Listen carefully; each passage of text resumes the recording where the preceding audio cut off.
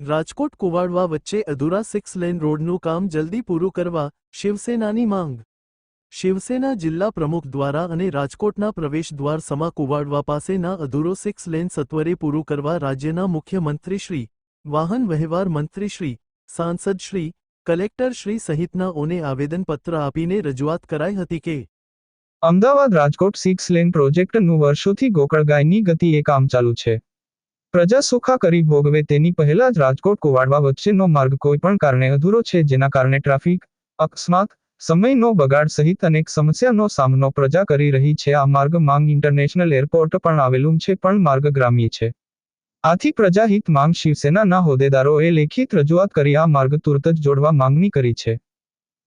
Rajkot Ahmedabad 6 lane road પ્રોજેક્ટનું કામ ગોકળગાયની જેમ ધીમી ગતિએ ચાલી રહ્યું છે, જેથી કરીને જનતાને ટ્રાફિકની સમસ્યાનો સામનો કરવો પડે છે અને અધૂરામાં પૂરું રાજકોટ કુવાડવા રોડ પણ અધૂરો છે, જેથી કરીને જનતાને ટ્રાફિકનો સામનો કરવો પડે છે અને લાખો કરોડોના ટેક્સ ભર્યા બાદ પણ જનતાને આ રીતના જે મળવાપાત્રના હક છે તે મળતા નથી, જેથી કરીને આજે શિવસેના દ્વારા રાજકોટ કલેક્ટરશ્રીને, મુખ્યમંત્રીશ્રીને, વાહન વ્યવહાર મંત્રીશ્રીને પત્ર આપીને વિનંતી કરવામાં આવી છે કે આ રોડનું કામ વહેલામાં વહેલી તકે પૂરું કરવામાં આવે, અન્યથા જન આંદોલનનું મંડાણ થશે।